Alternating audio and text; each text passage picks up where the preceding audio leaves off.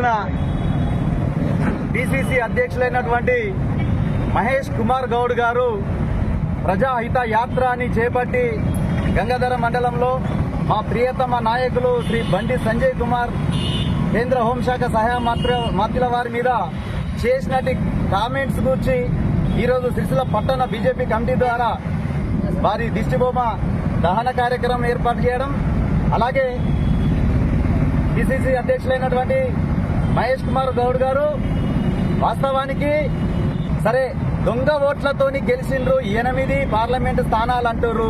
మరి మీరు గెలిచినటువంటి 63 స్థానాలు అసెంబ్లీ స్థానాలు ఏ రకంగా గెలిచిండ్రు? మరి మీరు కూడా దొంగ ఓట్లతోనే గెలిచిర్రా? సరే 20 సంవత్సరాలు అవుతుంది కదా, 20 నెలలు అవుతుంది కదా మీ గవర్నమెంట్ వచ్చి. దొంగ వేట్లు అనుకున్నప్పుడు వాటిని తొలగించే బాధ్యత కూడా ప్రభుత్వ అధికారులైనటువంటి మీ ప్రభుత్వం మీదనే ఉంది కదా, ఎందుకు చేపట్టలేకపోతుర్రు?